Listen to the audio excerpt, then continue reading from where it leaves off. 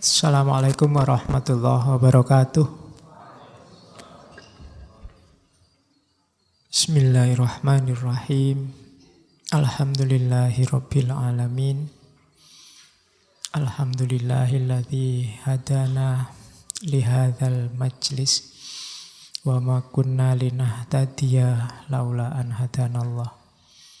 Allahumma sholli wa sallim wa barik ala habibina wa syafi'ina sayyidina wa maulana Muhammadin wa ala alihi wa ashabihi wa man tabi'ahum bi ihsanin ila yaumiddin. Amma ba'du. Bismillah.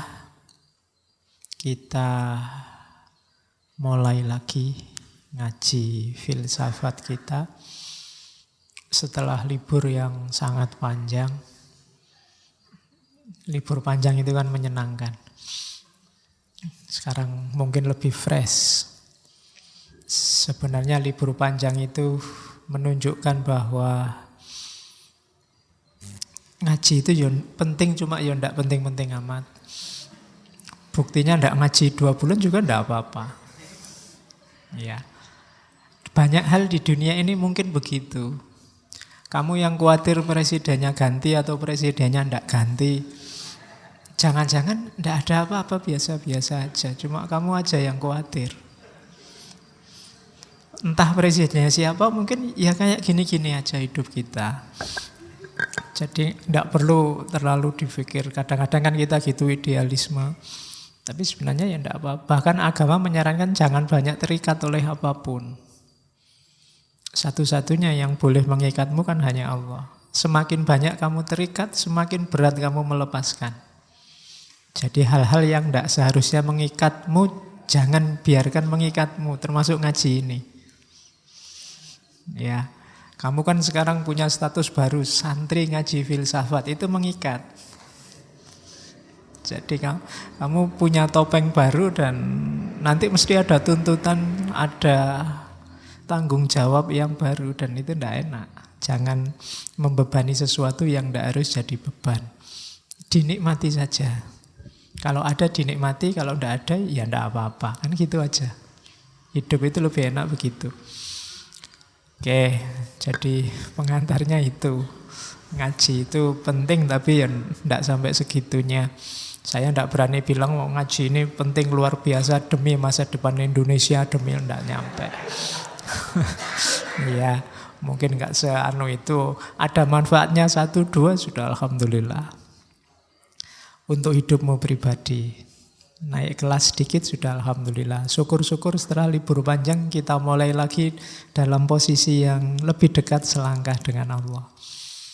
Itu lebih enak dalam hal apapun karena memang tuntutannya Nabi kan begitu. Hari ini lebih baik dari kemarin.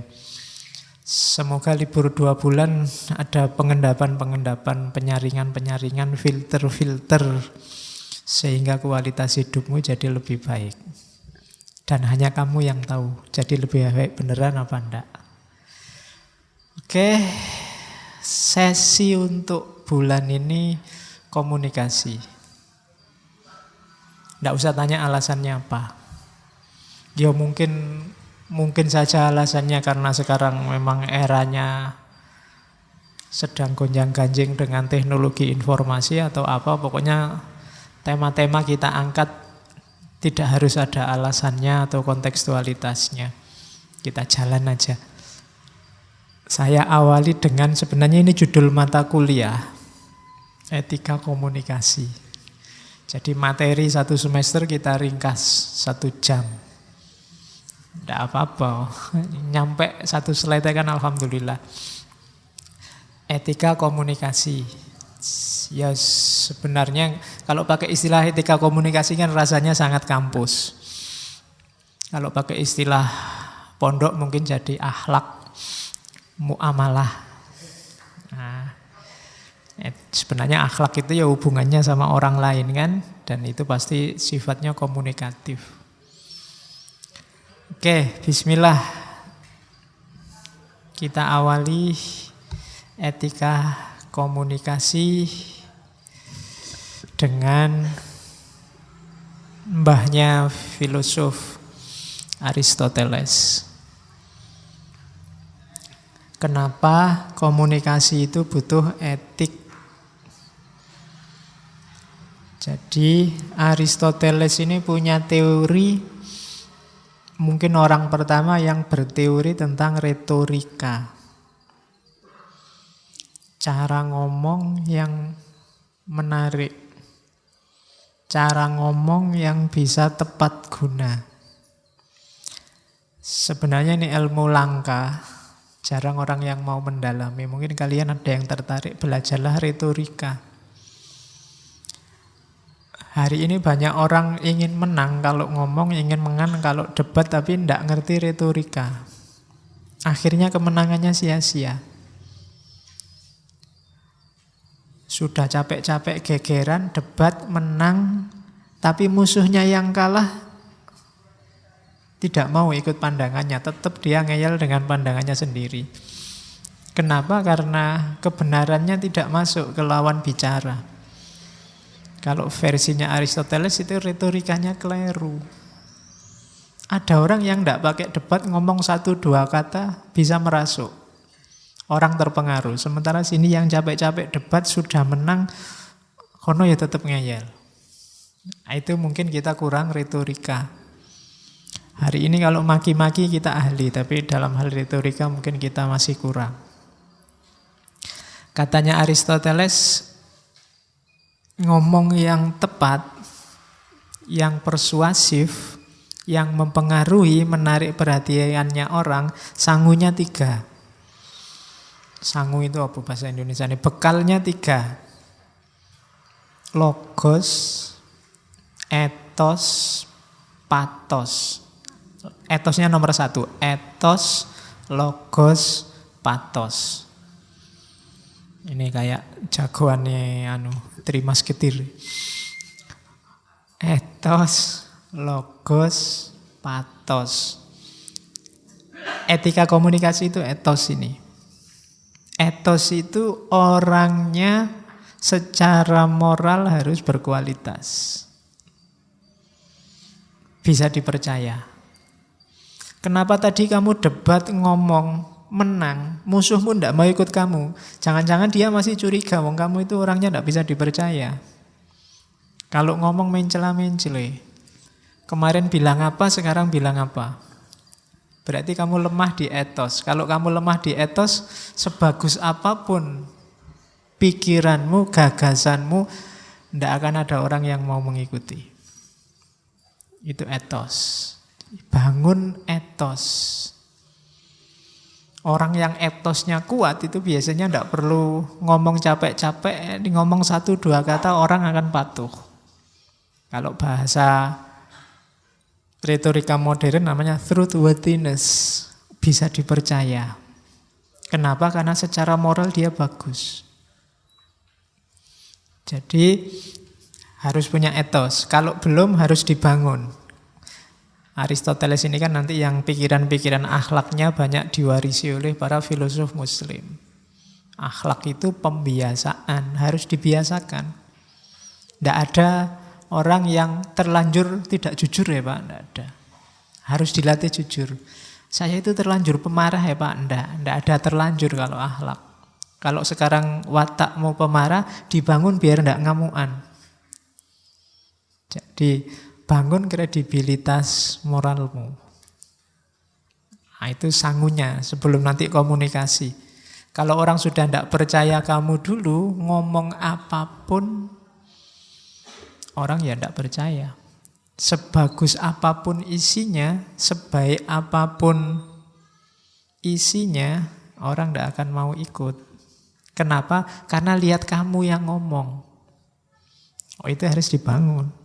Ya kayak model kamu kalau tiba-tiba bilang kita harus selalu mendekatkan diri pada Allah. Mungkin orang tidak percaya potonganmu. Modelmu kayak ngono wae kok ngomong mendekatkan diri pada Allah. Kenapa kamu harus membangun etos dulu? Kalau nasihati orang jadi soleh, ya kamu soleho dulu. Nanti mungkin waktunya, ini kan mahasiswa baru, waktunya ospek, waktunya pendadaran mahasiswa baru, biasanya kakak kelasnya kan harus rajin belajar. Nek modele kakak kelasnya orang lulus-lulus sampai semester 14 ya. Adik kelasmu cuma geleng-geleng, Allah mungkin gitu. Bangun etos dulu. Jadi harus truthworthiness. Bisa dipercaya dirimu seperti apa, nanti kalau menasehati orang, ngomong ke orang lain bisa langsung masuk. Kan ada cerita Mahatma Gandhi, mungkin pernah saya ceritakan entah di ngaji apa. Jadi satu ketika ada ibu-ibu datang ke Gandhi. Ibu-ibu ini sumpek sama anaknya. Dia punya anak, bawa anaknya. Anaknya ini punya penyakit, tidak boleh makan garam. Dinasehati bolak-balik sama ibunya, tidak bisa. Pokoknya dia selalu pinginnya makan garam. Akhirnya dibawa ke Gandhi. Sama Gandhi, wah saya tidak bisa kalau nasihati sekarang, ibu pulang dulu nanti kembali kira-kira 2 minggu lagi. Baru saya bisa nasihati. Akhirnya ditunggu 2 minggu, 2 minggu kemudian balik lagi ke Gandhi. Ini sudah 2 minggu Pak Gandhi, tolong anak saya dinasehati. Nasihatnya simple. Apa bahasa India itu? Pokoknya, nak, mbok kamu jangan makan garam. Cuma kalimat itu aja. Dan besoknya anak ini sudah nggak mau makan garam lagi. Ibunya heran. Kok aneh ya, tak nasihati sampai capek. Nggak jalan-jalan. Gandhi cuma 1 kalimat itu aja jalan.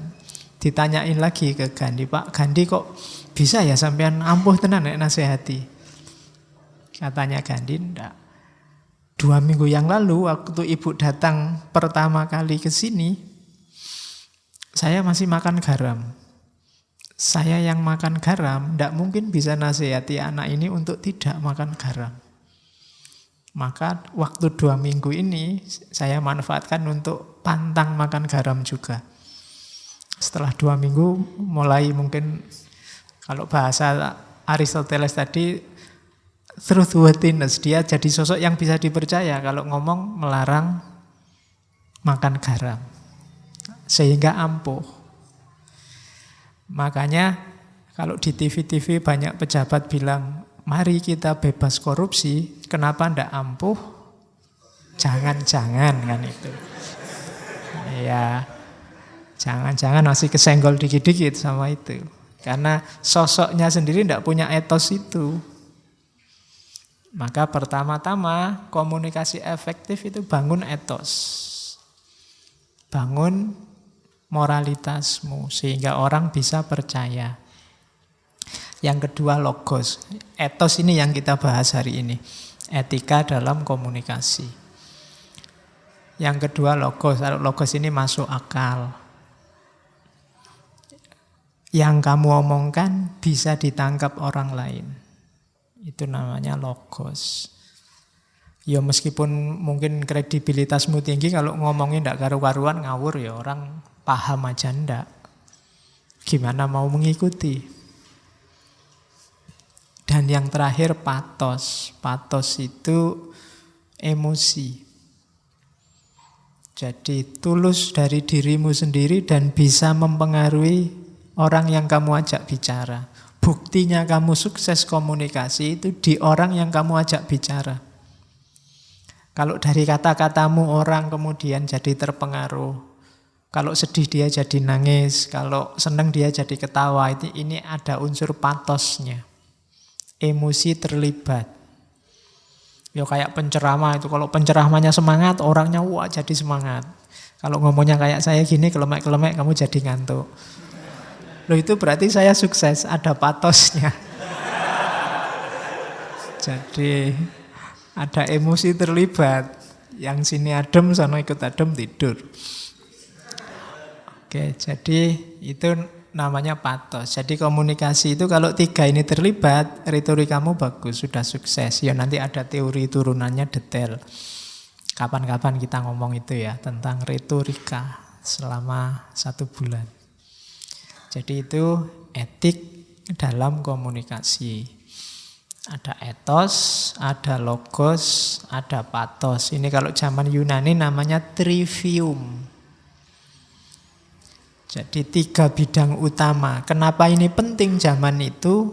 Kehidupan Yunani era filsafat awal itu kan isinya diskusi-diskusi. Orang saling bertukar pikiran, saling mengadu pandangan. Maka dibutuhkan 3 ini. Oke, terus dari situ kita butuh ethos, etika komunikasi. Definisinya itu kalau dalam bahasa Inggris. Kamu terjemah sendiri ya.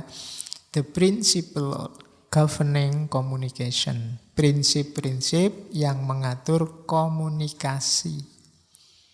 The right and wrong aspect of it. Aspek benar dan salahnya komunikasi. The moral and immoral dimension relevant to interpersonal communication. Moral, dimensi moral dan immoral. Diingat-ingat yang belajar etika, moral itu lawannya immoral, bukan amoral. Awas keliru. Kalau ada mahasiswa dan mahasiswi kok masuk kamar mandinya masjid siang-siang berdua, itu immoral, bukan amoral. Kalau amoral itu perbuatan yang tidak berhubungan dengan moral. Misalnya saya garuk-garuk kepala saat ini, mungkin itu tidak bisa dijudgment secara moral baik atau buruk, ini nggak ada hubungannya sama moral. Tapi kalau saya meludah ke situ, ke karpet itu mungkin immoral. Jadi amoral itu tidak ada hubungannya sama moral. Misalnya yang pakai kopiah dan tidak pakai kopiah di sini itu tidak bisa dinilai yang pakai kopiah lebih moral, yang tidak. Itu sifatnya netral, tidak berhubungan dengan apapun. Itu namanya amoral. Jadi, Pak, saya makan di angkringan. Nah, itu mungkin perbuatan amoral. Tidak ada hubungannya sama moral. Jadi kalau ada temanmu mau ngangkring, wah kamu melakukan perbuatan amoral. Ya, cuma di kita sering kesannya amoral itu tidak bermoral. Padahal yang tidak bermoral itu immoral. Jadi perbuatan itu kan ada baik, ada buruk, ada netral. Yang netral ini amoral. Yang jelek itu immoral. Jadi immoralitas lawannya moralitas. Itu yang dibahas. Jadi etika komunikasi itu yang dibahas prinsip-prinsip komunikasi apa saja. Yang benar dan yang salah. Biasanya ngomong kontennya. Atau moral dan tidak. Moral dan tidak itu biasanya kita definisikan baik dan buruk. Ini kan nilai-nilai dasar kalau dalam hidup kita. Benar, salah, baik, buruk. Ada lagi sebenarnya yang ketiga nanti. Nilai estetik. Kalau komunikasi nanti isinya pantas atau tidak pantas. Ada sesuatu itu ya benar, ya baik, tapi tidak pantas. Tidak pantas itu ya tidak selayaknya. Biasanya sifatnya lokal. Jadi tidak pantas itu biasanya ada harmoni yang tidak pas, terkacaukan. Nah, itu levelnya namanya estetik. Kalau baik buruk namanya levelnya etik. Kalau benar salah biasanya yang paling utama levelnya logik. Jadi ngomong itu ya ngomonglah yang benar, jangan yang salah, dengan cara yang baik dan pantas. Oke, kalau pantas itu ya harmonis, cocok, sesuai. Nah, etika komunikasi ngomong itu. Jadi setiap orang pasti berkomunikasi karena setiap orang makhluk sosial. Cuma komunikasi harus belajar teorinya. Makanya ada etika komunikasi. Oke, dilanjut. Nah, ini dasar teorinya dulu. Ini pelan-pelan belajar etika. Jadi hidup ini paling dasar itu belief. Jadi justru dalam hidup kita itu yang paling mendasari hidup kita itu apa yang kita percaya dan yang tidak kita percaya. Dari belief nanti berkembang jadi nilai-nilai.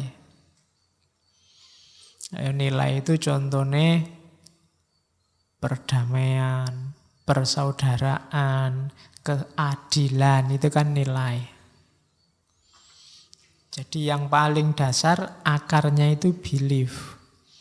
Kalau kalian lihat ada orang kok modelnya gitu orang ini, kalau ingin ngerti kok bisa ada orang kayak gitu, coba dilacak sampai akarnya. Apa dasar-dasar yang dia percaya, itu belief. Dari situ nanti lahir nilai. Hidup kita itu yang penting damai, sejahtera, aman. Nah, ini nilai. Apapun boleh terjadi, yang penting adil dan tidak ada penindasan. Ini nilai. Nilai nanti diterjemahkan dalam norma. Norma itu bahasa lainnya mungkin dekat ke aturan. Kalau tadi kan masih prinsip nilai itu, kalau ini aturan. Kalau dalam belajar etika, aturan itu ada dua, norma itu ada dua, ada yang umum, ada yang khusus. Yang umum ada tiga, kalau kuliah tenanan ini. Ya, norma umum itu ada tiga, yaitu hukum, moral atau etika, dan kesusilaan atau etiket. Prinsip-prinsip tadi diterjemahkan dalam hidup sehari-hari. Kalau kesadarannya orang masih rendah, biasanya pakai hukum. Dibikin undang-undang, dibikin aturan, dibikin KUHP. Demi apa? Mewujudkan prinsip-prinsip tadi dari belief yang dipercaya. Jadi hukum itu untuk menerjemahkan nilai yang dipercaya untuk ngatur masyarakat. Misalnya ingin keadilan, ya dirumuskan hukum untuk menata agar hidup ini jadi adil.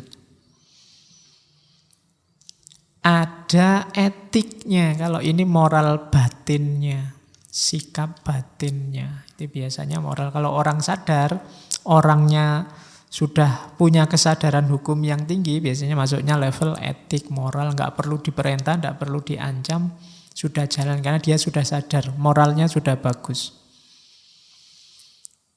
Ada lagi etiket. Etiket itu kesusilaan. Bedanya etika sama etiket, misalnya menghargai orang tua itu moral, cium tangan itu kesusilaan. Itu etika sama etiket. Jadi peduli sama yang lain itu etika, nyumbang ngasih sedekah itu etiket. Kesusilaannya katanya peduli kan gitu.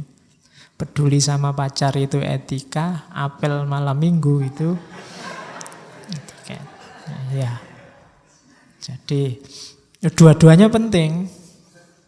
Karena kalau salah satu tidak ada, ya kalau hanya etika saja tidak diterjemahkan secara real dalam realitas, tidak ada etiketnya, ya tidak ada gunanya, omong kosong.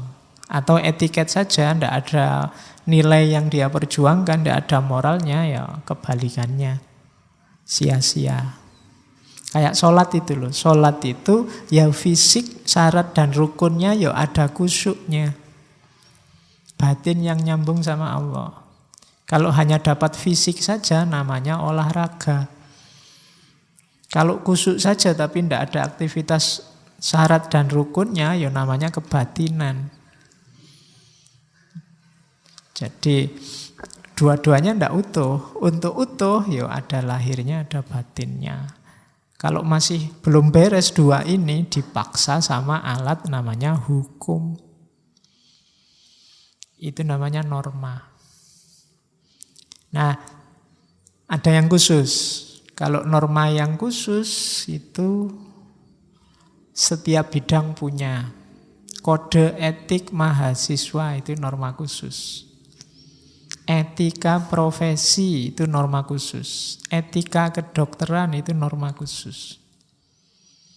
Jadi yang tidak kelihatan dalam hidup kita ada belief, ada values, ada norms. Ini nanti yang lahir jadi attitude dan behavior. Ini dalam bahasa Inggris dua hal yang berbeda antara attitude sama behavior. Kalau behavior itu sudah watak. Watak itu lahir dari pembiasaan. Jadi yang biasa sudah jadi behavior. Kalau attitude itu ekspresi spontan. Bisa karena behavior, bisa karena yang lain. Di situ saya contohkan misalnya, aslinya aku ini penyabar. Tapi kok anak ini kurang ajar banget, jadinya saya marah, terus ngebrak meja. Penyabar itu behaviorku, cuma ini tadi aku ngebrak meja itu attitude. Biasanya attitude itu lahirnya dari behavior, dari kebiasaan. Kalian coba dicermati ya hidupmu sehari-hari, itu kan nanti ada yang kamu gitu terus, itu behavior. Sukanya seperti itu, terus itu behavior. Tapi ada kalanya attitude-mu beda sama behavior, mungkin situasinya. Sebenarnya kamu anti bohong, anti curang, kok yang tidaklah ujiannya susah banget. Nah, akhirnya kamu terpaksa lah ngelirik-ngelirik, nyontek-nyontek dikit, enggak apa-apa, dosennya enggak pernah diajar, ditanyain misalnya. Jadi attitude-mu berubah, meskipun behavior-mu enggak itu, sebenarnya kamu anti curang. Nah, itu behavior. Jadi kalau dimarahi dosennya, enggak Pak, sebenarnya saya itu jujur kok Pak. Cuma terpaksa. Bapak sih soalnya susah sekali. Nah itu attitude. Itu beda. Jadi dasarnya tadi belief. Belief itu biasanya diterjemahkan dalam prinsip-prinsip, itu namanya nilai. Nilai ini tadi diwujudkan dalam bentuk aturan, namanya norma. Itulah nanti yang membentuk perilaku kita. Ada perilaku yang menetap namanya behavior, ada perilaku real spontan namanya attitude. Oh, ini teori dasar kalau belajar etika. Komunikasi nanti juga begitu. Membangun etik komunikasi, tidak bisa ujuk-ujuk orang disuruh attitude atau behaviornya. Garapnya harus dari belief. Orang yang tidak percaya Tuhan pasti beda nanti cara menerjemahkan nilai, norma, dan gaya hidup dan behaviornya dengan yang percaya Tuhan. Orang yang tidak percaya hari akhir akhirat pasti juga beda cara dia hidup dengan yang percaya hari akhir akhirat. Itu belief-nya. Oke, orang yang coba kan ada beberapa mahasiswa misalnya yang ada yang takut sama cewek, takut sama perempuan. Kalau didekati perempuan deg-degan gemeteran. Coba dicek, jangan-jangan ada belief-belief tertentu. Atau sebaliknya, kowendel apa? Kalau sama perempuan nekat. Nah, itu jangan-jangan ada sistem belief di balik itu. Dan itu untuk penelitian enak coba sambungkan misalnya sama feminisme. Kok ada ya cowok takut sama cewek. Jangan-jangan takutnya bukan karena dia memang anti cewek, cuma ada stereotip pandangan yang negatif tentang perempuan. Misalnya perempuan itu bikin susah, perempuan itu cerewet, perempuan itu jangan-jangan begitu. Nah, itu beliefnya dulu, jangan digarap attitude-nya. Kalau ketahuan beliefnya, oh pantes. Kan gitu. Jadi karena dasar perilaku itu ada di belief. Kenapa sih kok kalau orang barat misalnya, kalau anak muda ngomong sama orang tua, itu yang muda tetap harus menatap wajahnya.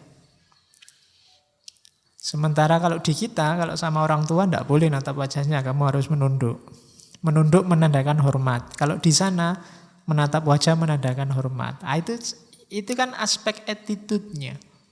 Kamu lacak ke belakang, ada belief dan nilai-nilai apa. Mungkin kalau di sana mungkin nilainya mungkin yang dibangun nilai kesetaraan. Dari belief bahwa manusia itu dasarnya bebas. Sementara mungkin di kita belief-nya itu manusia itu hierarkis. Ada level. Ada yang perlu dihormati kelas tinggi, ada yang mungkin begitu. Dari situ lahir nilai-nilai. Mungkin ketertiban. Di sini mengandalkan nilai ketertiban. Tidak boleh ada kekacauan, maka yang muda ketemu yang tua jangan boleh ngangkat kepala. Sementara di sana nilai yang diangkat adalah kesetaraan. Jadi tidak muda, tidak tua, semuanya punya hak. Kalau di sana paradigmanya hak, di sini mungkin paradigmanya kewajiban. Kewajibannya yang muda menghormati yang tua. Nah, itu akarnya namanya. Jadi kalau ada problem, jangan kesusu di judgment attitude-nya. Kamu lacak akarnya ke belakang, ke bawah. Kenapa kok jadi begini, kenapa kok begitu? Karena perilaku itu lahir dari belief setiap orang. Kok ada mahasiswa kuliah one temen sampai semester 14. Misalnya, gelarnya besok PhD. Lulusnya pas hampir DO. Nah, itu jangan-jangan dia punya sistem beliefnya sendiri.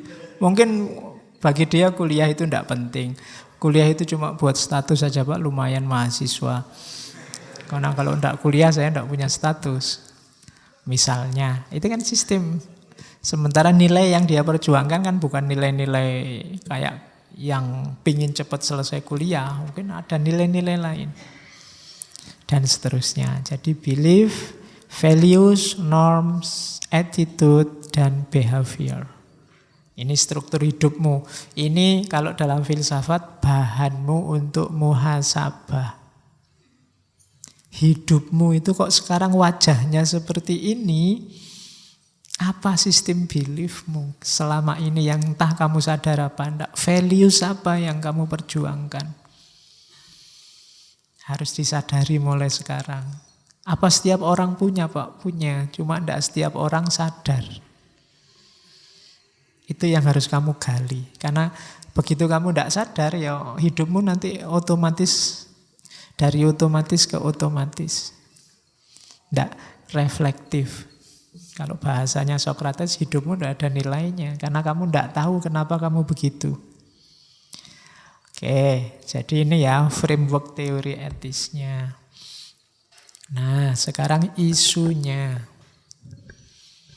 Bagi yang tertarik tema etika komunikasi, ada beberapa isu. Ini setiap isu diskusinya bisa panjang lebar. Kalau mata kuliah satu sesi sendiri. Yang pertama, komunikasi itu karakter utamanya adalah heterogen, interconnected, dan historis. Macem-macem, saling berhubungan dan menyejarah. Kamu komunikasi seperti apapun dengan siapapun, bahkan dengan Tuhan, itu karakternya heterogen, interconnected, dan historis. Heterogen itu karena manusia itu plural, macam-macam gaya hidupnya, caranya juga macam-macam. Itu yang sering membuat orang bingung kalau saya pindah tempat dari Indonesia ke luar negeri, apa tetap pakai cara Indonesia, apa ikut cara luar negeri. Nah itu kan debat. Ada isu lokalisasi, ada isu globalisasi. Kalau saya sudah ke kota, gayaku kayak orang kota, apa tetap gaya kayak orang desa? Mau pakai pepatah di mana langit dijunjung, di situ bumi dipijak, atau pakai semboyan istiqomah. Loh, itu kan beda nanti implikasinya. Kamu yang saya harus istiqomah punya prinsip Pak. Ya berarti gaya deso selamanya. Tapi ada yang saya di mana langit dipijak, ya kalau ke kota ya gaya anak kota Pak. Itu heterogeneity, macam-macam ayo. Ini isu, makanya saya tadi sebut isu, ini diskusinya panjang. Kalau kamu tarik-tarik bisa ketemu dengan isu yang sekarang booming luar biasa, Islam Nusantara. Basicnya apa? Heterogenitas. Kamu mau menerima heterogenitas apa enggak? Nanti arahnya ke situ. Dan jangan salah, kenapa kok heterogen? Karena interconnected. Kamu pingin bertahan gaya desa, tapi kalau kamu hidup di kota terus lama-lama ya mesti kamu ngota. Dulu di desa bahasanya saya, kulo, panjenengan, begitu masuk kota Jakarta lu gue. Ya kan? Di Jakarta belum sebulan sudah lu gue. Kenapa? Interconnected. Tidak bisa, orang tidak terpengaruh. Saling terkait. Dan historis, menyejarah. Historis itu konteks hidup kita, sosial, budaya kita berpengaruh. Komunikasi juga menyejarah. Dulu ngomong apa masih sopan, sekarang ngomong itu sudah tidak sopan lagi. Historis. Banyak kata-kata yang dulu netral sekarang jadi tidak netral lagi. Wis contohnya wakeh. Dulu ngomong cantik itu biasa, sekarang cantiknya jadi S itu jadi konotasinya beda. Itu kan historis. Kalau sekarang ada ini yang putri-putri terus coba, wah kamu cantik, itu dia bisa tersinggung, dianggap melecehkan. Padahal dulu itu bagus loh. Sekarang enggak. Kenapa? Historis. Itu jasanya penyanyi dangdut itu. Heterogen, saling terkait. Kamu enggak mau saya mengartikan itu, enggak bisa. Kalau enggak percaya karena kamu beli baju kotak-kotak merah jalan-jalan di Jakarta, orang akan lihat, wah ini pro. Ya kan? Histori padahal lu enggak, ya saya punyanya baju kotak-kotak merah ini, enggak, kamu mesti pro itu. Nah, itu historis. Jadi bayangkan 5 jari ini itu maknanya bisa beda-beda, historis semua. Kalau kamu dikasih jempol gini itu kan kamu merasa, wah seneng aku dipuji. Kalau dikasih yang tengah ini kamu marah. Loh, jempol sama tengah maknanya jadi apa? Itu kan kita yang bikin, sejarah yang bikin. Kok dulu bapakmu waktu muji kok enggak jempol, misalnya ini aja bagus misalnya. Kan enggak, kok ini yang dipakai. Itu historical. Dan yang tidak tersentuh oleh historisitas, yang tidak interconnect, tidak tersambung ke sana, mbok kamu kasih gini bolak-balik enggak paham, kamu kasih gini mungkin enggak paham. Simbahmu mungkin enggak paham loh kalau ini melecehkan.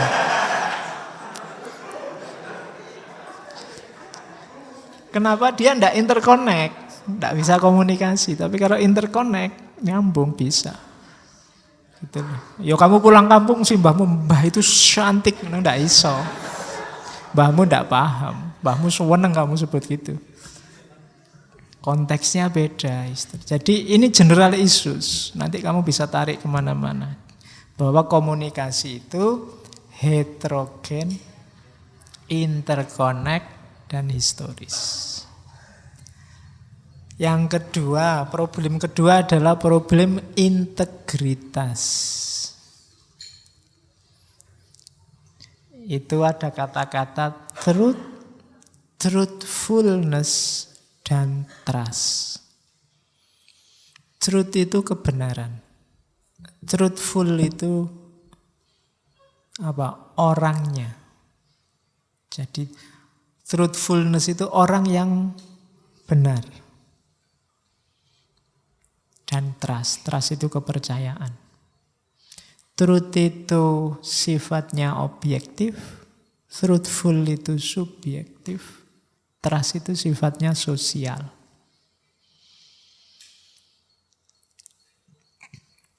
fakta ngaji ini ada itu truth. Truthful itu mungkin kamu percaya saya, karena saya kamu anggap truthful, bisa dipercaya. Kepercayaanmu itu namanya trust. Jadi saya ngomong apa saja, mbok anggap benar, kamu anggap truth. Padahal mungkin tidak truth. Kenapa kamu begitu? Karena kamu nganggap saya ini bisa dipercaya, truthful. Dan ini kelihatannya sederhana tapi panjang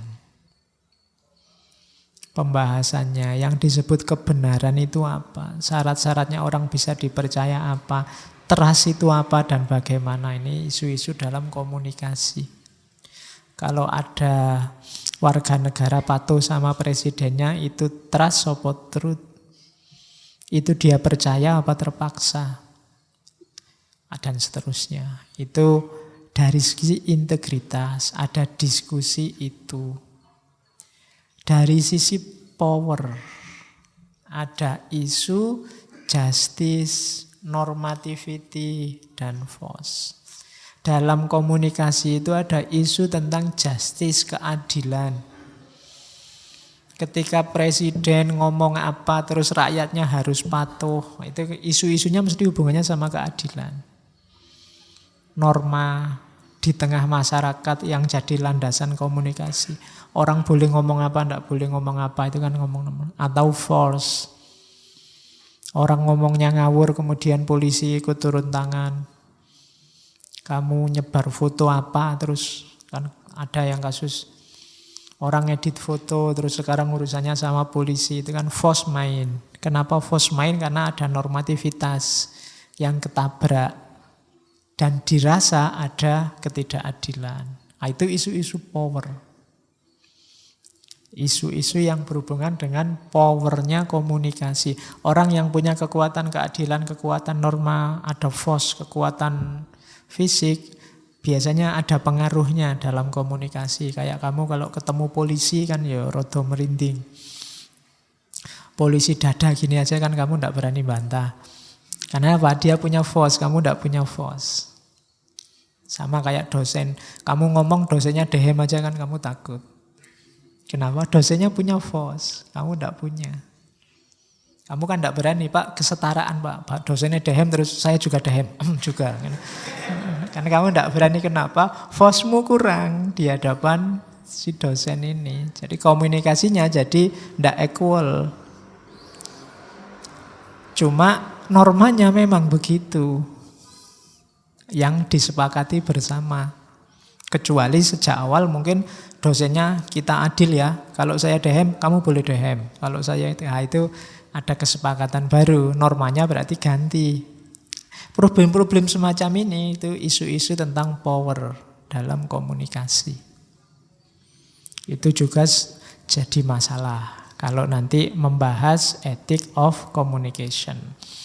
Dan yang paling rame ya isu tentang hubungan. Ada alterity and compassion. Yang kamu sukai, kamu sayangi, dan yang kamu sisih-sisihkan karena kamu benci.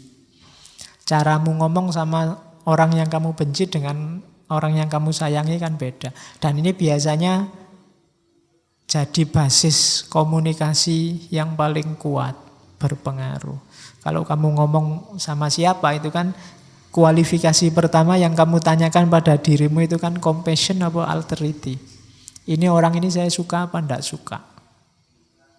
Kalau kamu punya teman 5 misalnya, itu kan kamu punya persepsi sendiri tentang 5 orang ini. Kalau ini saya sangat suka, kalau ini enggak terlalu suka, kalau ini biasa aja, kalau ini aku bencinya luar biasa, kalau ini enggak tak pikir tak cuekin. Itu kan derajat alterity and compassion. Itu kan juga masalah dalam komunikasi. Sama orang yang kamu sayangi, kamu puja-puja, salahnya kamu tutup-tutupi. Sama orang yang kamu benci, salahnya kamu ungkap-ungkap, baiknya kamu tutup-tutupi. Nah, itu problem komunikasi. Problem relation. Makanya hari ini di medsos, setiap kali ada orang posting yang isinya ngomentari orang siapapun dia, ceklah relation. Dia ini siapa, berpihaknya kemana, yang diomongkan siapa. Itu isinya nggak akan jauh dari itu. Dan kamu tidak akan mudah lagi kaget dan marah-marah. Hari ini kan kamu sering kaget, sering, loh kok ngomongnya gitu orang ini. Tapi kalau kamu ngerti relationnya, oh ya pantas, dia anggota partainya, apalagi dia sekjennya mungkin, ya pasti aja kalau ngomong begitu. Jadi nggak usah kaget. Kamu kan sering kaget-kaget kalau ada orang ngomong, wah kok berani ngomong gitu, wah ya memang grupnya situ. Tidak aneh, itu relation. Hari ini penting kamu tahu relation. Terus, ini teori dasarnya. Dasarnya komunikasi itu freedom of expression. Titik. Kebebasan berekspresi. Ya, kalau orang Barat dasarnya hidup itu kebebasan. Agak gesreh mungkin sama Timur. Kalau di Timur, kalau saya ngomong kebebasan berekspresi, mungkin yang muncul di kepalamu, tapi kan kebebasan itu ada batasnya, Pak. Sedikit. Ya, ada batasnya. Cuma batas itu sifatnya pengecualian. Dasarnya setiap orang itu bebas berekspresi. Dengan beberapa pengecualian. Ya nanti banyak, ada teorinya. Saya nggak akan ngomong pengecualiannya apa saja, teori-teori kebencian yang menghalangi kebebasan berekspresi apa saja, kapan-kapan ngomong itu. Tapi dasarnya komunikasi itu bebas. Jadi hakikatnya orang itu silahkan mengekspresikan, mengungkapkan apapun pandangannya. Itu hak dasar. Maka kamu jangan gampang marah sama orang yang mengekspresikan gagasannya. Apapun isinya, karena itu hak dasarnya dia. Kalau kamu tidak setuju, ya kamu ekspresikan pandanganmu. Tentunya dengan cara yang baik, biar logos, etos, patos. Jadi, jangan dilarang-larang. Silahkan kamu ngomong, ungkapkan pendapatmu. Kalau pendapatmu ngawur, tidak karu-karuan, aku juga akan ungkapkan pendapatku untuk ngoreksi pendapatmu, tidak apa-apa. Karena kita sudah terlanjur ada di zaman yang semacam ini. Tidak bisa kan tiba-tiba diberangus semua, misalnya. Sudah tidak mungkin lagi, wis kadung. Pemerintah itu blokiri konten-konten tidak beres itu, yang diblokir 1.000, yang baru 10.000. Sejak tahun berapa, puluhan tahun yang lalu kan sudah mulai blokir konten-konten pornografi. Itu ternyata antara yang diblokir sama yang baru itu. Bahkan yang diblokir itu sekarang ganti nama, ganti itu kan. Dan kalian ngerti, saya juga ngerti. Iya. Sak pinter-pintere sing blokir, sik pinter sing bobol. Oke. Jadi situasinya sudah begitu. Jadi makanya kita tidak bisa menghindar. Oke, yo nanti ada pengecualian-pengecualian. Jangan khawatir. Kenapa? Karena freedom of expression itu right dan sekaligus responsibility. Jangan dilarang orang mengekspresikan dirinya, tapi dia harus juga bertanggung jawab. Nanti ada syarat-syaratnya. Kapan-kapan saya ngomong filsafat kebebasan lagi, nanti ada freedom of expression, freedom of thought, dan freedom-freedom yang lain.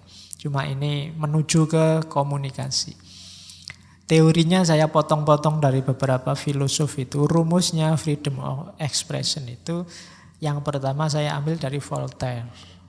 I might disagree with your opinion, but I am willing to give my life for your right to express it. Mungkin aku tidak setuju dengan pandanganmu, tapi aku akan berjuang mati-matian untuk membela hakmu, menyatakan pandanganmu itu. Jadi itu Voltaire. Hari ini banyak mungkin orang yang tidak kamu setujui pendapatnya, tapi dia mau ngomong aja sudah kamu bantah. Nah, itu berarti apa? Kamu menghalangi haknya untuk bebas berekspresi. Katanya Voltaire, enggak. Saya mungkin tidak setuju, tapi hakmu untuk ngomong akan saya bela mati-matian. Nah, itu Voltaire. Jadi karena bukan urusan isi yang diomong apa, tapi dia punya hak untuk ngomong. Maka harus aku bela. Meskipun aku tidak setuju isinya, ya nanti itu urusan yang berbeda antara kesetujuanku dengan isi omonganmu dengan hakmu untuk ngomong. Itu dua hal yang berbeda. Mungkin ada 1-2 politikus birokrat kita yang sering ngomong dan kamu mewangkel luar biasa tiap dia ngomong. Tapi yo monggo itu haknya dia untuk berekspresi. Meskipun kamu tidak setuju, monggo ngomong. Oh, tapi saya juga akan menggunakan hakmu untuk membantah kalau aku tidak cocok. Itu juga hakku. Jadi jangan halangi haknya orang lain meskipun kamu tidak setuju dengan isi pikirannya, isi gagasannya.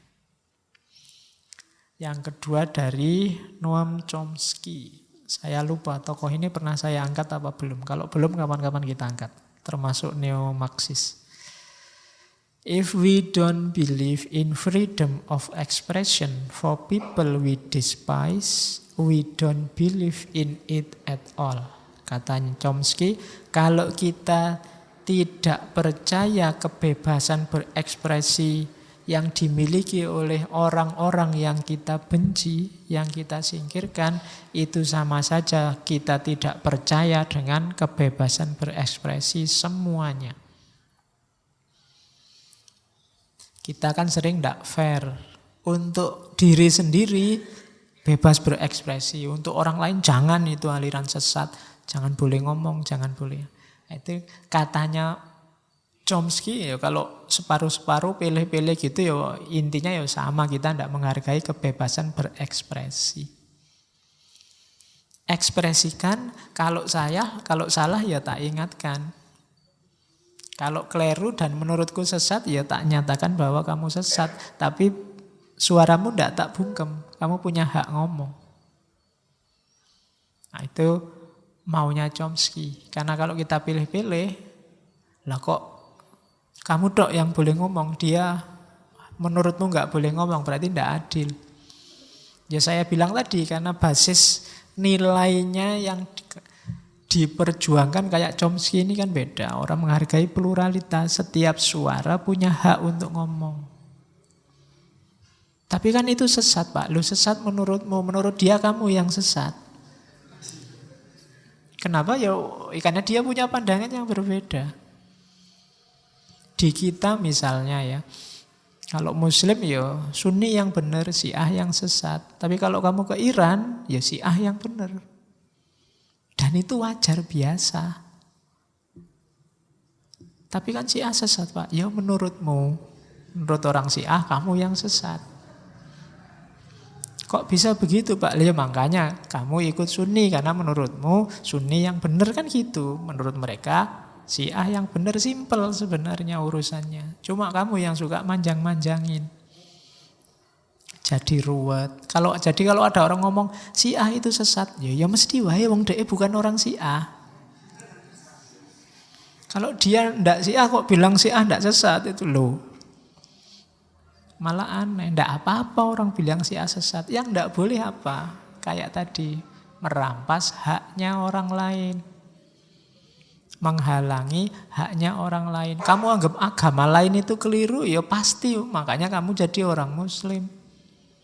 Tidak masalah. Sama orang agama lain juga anggap kamu keliru. Ya masing-masing punya tadi interkoneksi, keterkaitan sendiri, punya sejarah sendiri, punya keragaman sendiri. Jadi itulah kenyataannya. Maka problemnya adalah sekarang ya sudah sesat benar urusannya sendiri-sendiri. Sekarang ngaturnya gimana wong kita ini hidup bersama. Itulah antara lain ada freedom of expression. Ada banyak aturan-aturan norma-norma sosial yang harus disepakati bersama. Karena kalau tidak isinya cuma tawuran. Maka orang butuh aturan. Jadi rumus kedua dari Chomsky. Rumus ketiga dari Kierkegaard. Kalau ini agak kritis kalau Kierkegaard itu. Ya benar orang itu punya freedom of expression. Tapi katanya Kierkegaard, people demand freedom of speech as a compensation for the freedom of thought. Jadi orang-orang itu kok seneng sih menuntut freedom of expression, freedom of speech.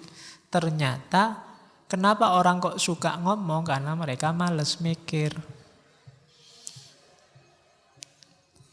Which they seldom use, yang jarang mereka pakai. Jadi katanya Kierkegaard, orang itu hari ini itu lebih banyak ngomong daripada mikir. Iya sih, kita bebas kok untuk berbicara. Kita juga bebas untuk mikir. Tapi hari ini orang lebih fokus ke bebas bicaranya. Jarang yang fokus ke bebas mikirnya. Padahal yang lebih penting kan mikir. Itu sindirannya Kierkegaard. Jadi banyak orang hari ini ngomong dulu mikir belakangan. Sudah ngomong banyak ternyata keliru semua. Kenapa? Mikirnya belum. Nanti belakangan baru iya ya gitu. Kenapa? Tadi tidak mikir dulu. Ngomong dulu mikir belakangan. Katanya Kierkegaard yang they seldom use. Jarang dipakai mikir itu. Manusia modern yang dikritik oleh Kierkegaard. Jadi iya, kalau kamu nuntut kebebasan berekspresi, ya kamu punya hak untuk berekspresi, untuk ngomong. Tapi mbok diingat-ingat sebelum kamu ngomong itu kamu harusnya mikir dulu. Ini yang jarang dipakai. Terakhir pedoman dari Einstein. Katanya Einstein, laws alone cannot secure freedom of expression. In order that every man present his views without penalty, there must be spirit of tolerance in the entire population. Freedom of expression ini, saling menghargai ini tidak akan bisa sukses terwujud hanya dengan hukum atau aturan. Yang diperlukan katanya Einstein, spirit of tolerance, semangat toleransi di semua lapisan masyarakat. Kenapa ada kata-kata entire population? Karena ada satu bagian saja masyarakat yang tidak toleran, sebentar lagi ketidaktoleranan itu akan nular. Kalau kamu tidak ditolerani orang, itu kemungkinan besar kamu mesti bales. Jadi intoleransi itu nular. Orang itu kalau dimaki-maki, ya mau ndak mau, guatel pengen bales maki-maki. Kalau dia masih waras. Karena kadang-kadang kan orang yang ndak toleran itu perilakunya kan menyakitkan. Lama-lama mesti yang disakiti pengen bales. Maka rumusnya Einstein, spirit of tolerance of the entire population. Ya semua masyarakat harus membudayakan toleransi. Kalau tidak gitu akan lahir wabah namanya intoleransi. Akan semakin luas. Kalau ada 1-2 intoleransi ditolerir. Ini kalimatnya filosof ini. Intoleransi ditolerir. Kita boleh nggak demokratis sama yang tidak demokratis? Itu kalimatnya filsafat itu. Jadi lahirnya apa? Sing menang mesti intoleransi. Kalau barang apik sama barang jelek dicampur, itu yang menang mesti yang jelek. Itu sudah dirumuskan dalam peribahasa, nila setitik, iya, nilane mau sedidik ora oke. Cuma merusak susu sebelanga. Susunya besar sebelanga. Itu dirusak oleh nilai yang hanya setitik. Itu berarti apa? Kejelekan itu lebih dahsyat pengaruhnya. Ada intoleransi sedikit, pengaruhnya pada hampir semua masyarakat karena menjalar. Maka hati-hati. Buktinya apa? Ada satu orang maki-maki, hari ini hampir semua orang di medsos maki-maki. Kenapa? Nular. Sing alim-alim itu saiki ya postingannya rada maki-maki. Meskipun kalau dalam dunia nyata mungkin dia tidak berani ngomong sekasar itu. Tapi begitu di dunia medsos berani. Kenapa? Wabah ini nular. Dari berani nulis mungkin besok berani ngomong. Jadi maka kalian hati-hati. Minggu depan kita bahas itu di ekstase komunikasi. Oke, terus. Ini masih belum nyampe teori utamanya. Sih pengantar. Lewong Oke ya, saya agak cepat sekarang. Yang ngantuk tidur aja. Framework etik. Sekarang menilai apakah kamu sudah etis apa belum. Termasuk dalam komunikasi. Itu jalurnya ada 1, 2, 3, 4, 5, 6. Jalur pertama namanya virtue etik. Ini yang dikembangkan oleh Aristoteles dan kawan-kawan, Plato dan kawan-kawan, termasuk para filosof muslim dengan akhlak. Virtue etik ini lebih fokus ke karakter, ke orangnya. Orang yang jujur, orang yang adil akan melahirkan perilaku yang jujur, perilaku yang adil. Akhlak yang didefinisikan kayak Ghazali itu pembiasaan perbuatan baik sehingga terbangun karakter orang yang bermoral, itu namanya teori virtue etik. Dengan teori ini berarti orang itu bermoral atau tidak bermoral, coba lihat kualifikasinya. Dia orang soleh apa bukan? Dia orang bermoral apa bukan? Tidak di perbuatannya tapi di orangnya. Kok ada orang soleh tapi melakukan perbuatan jelek, berarti dia belum soleh. Jadi virtue etik menggarap karakter orangnya. Kalau yang kedua deontological etik. Kalau tadi orangnya, kalau ini perbuatannya. Jujur itu baik, maka kewajibanmu untuk menjalankan perilaku jujur. Itu namanya deontologi. Ringkesnya itu. Dulu saya pernah satu sesi ngomong deontologinya Immanuel Kant. Jadi intinya baik atau buruk di perbuatannya. Pokoknya karena jujur itu baik, maka kita harus selalu jujur. Loh Pak, kadang-kadang ada jujur itu yang malah merusak loh Pak. Atau membahayakan. Tidak apa-apa. Kalau ada jujur yang membahayakan, kamu tetap aja jujur. Dan kamu tidak akan disalahkan orang. Kalau sudah jujur kok malah membahayakan, kamu tidak salah karena jujur itu baik. Itu deontologi namanya. Yang ketiga teleologi. Kalau yang teleologi ini dilihat hasilnya. Jadi kalau hasilnya bagus, hasilnya baik, ya berarti itu baik.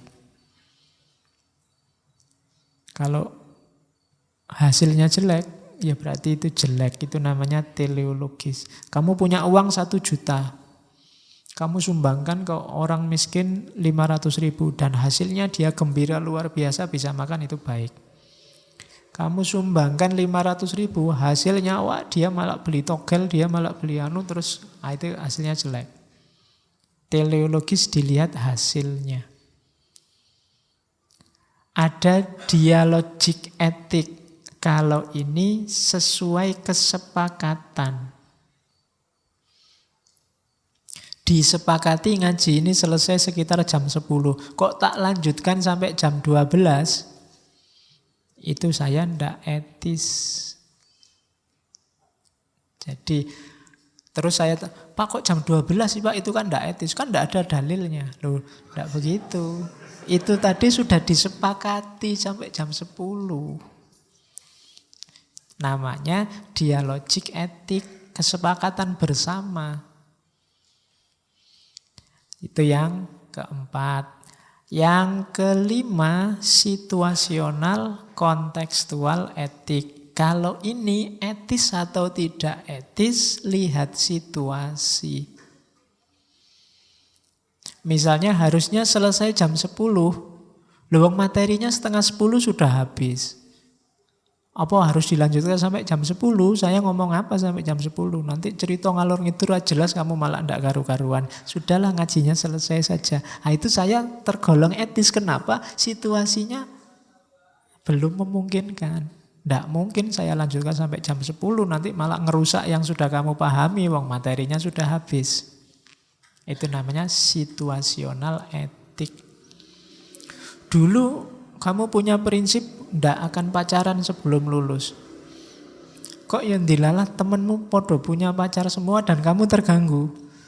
Wah ini kalau ndak punya pacar susah ini, ndak lulus-lulus ini. Terus wah gantilah kalau gitu harus punya pacar. Kamu kalau gitu ndak etis, ndak situasional etik.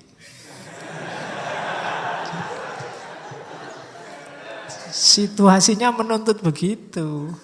Daripada aku tekanan batin nanti kuliahnya kacau misalnya.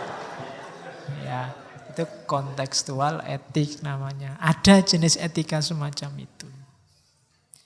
Dan yang terakhir ini yang paling sering kita pakai, teleological etik. Kalau ini ikut aturan agama. Tadi tanya mana dalilnya, itu theological etik.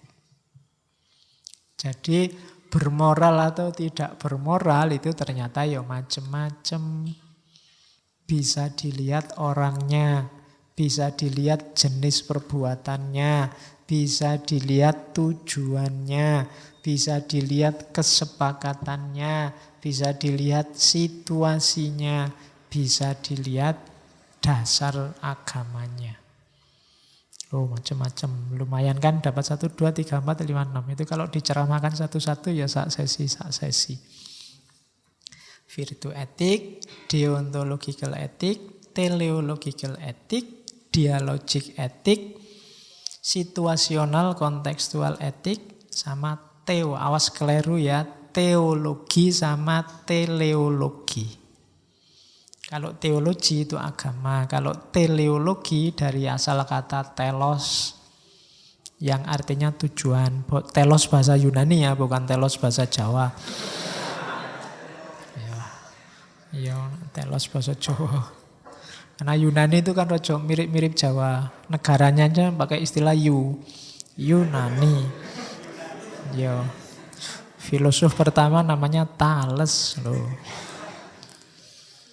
Filosof besarnya kan kayak di Indonesia. Kalau Jogja itu pelat AB, kalau Yunani pelat O. Ya kan ada. Karena filosofnya kan pelat O. Oke. Terus saya agak cepat. Kalau ini maunya saya loncati. Karena dulu saya pernah menyampaikan di Habermas. Jadi komunikasi itu salah satu dari tindakannya manusia. Ketika dia berhubungan dengan orang lain. Ringkesnya teorinya itu. Kalian bisa kembali nyari rekamannya teori kritis yang bagian Habermas. Isinya itu. Jadi hidup ini perilakunya manusia itu ada perilaku tadi ya. Teleologis, normatif, dramaturgik, komunikatif. Nah, komunikatif ini yang kesepakatan. Kalau teleologis itu tujuan. Saya sholat biar hati saya tenang, itu teleologis. Kalau normatif, saya sholat karena perintahnya Al-Quran begitu, itu normatif. Kalau dramaturgik, saya sholat biar kelihatan kayak orang soleh. Itu dramaturgik, pencitraan. Ada komunikatif. Saya sholat karena di sini semua harus sholat. Kalau tidak sholat nanti nggak diakui jadi santri. Ya, itu tindakan komunikatif.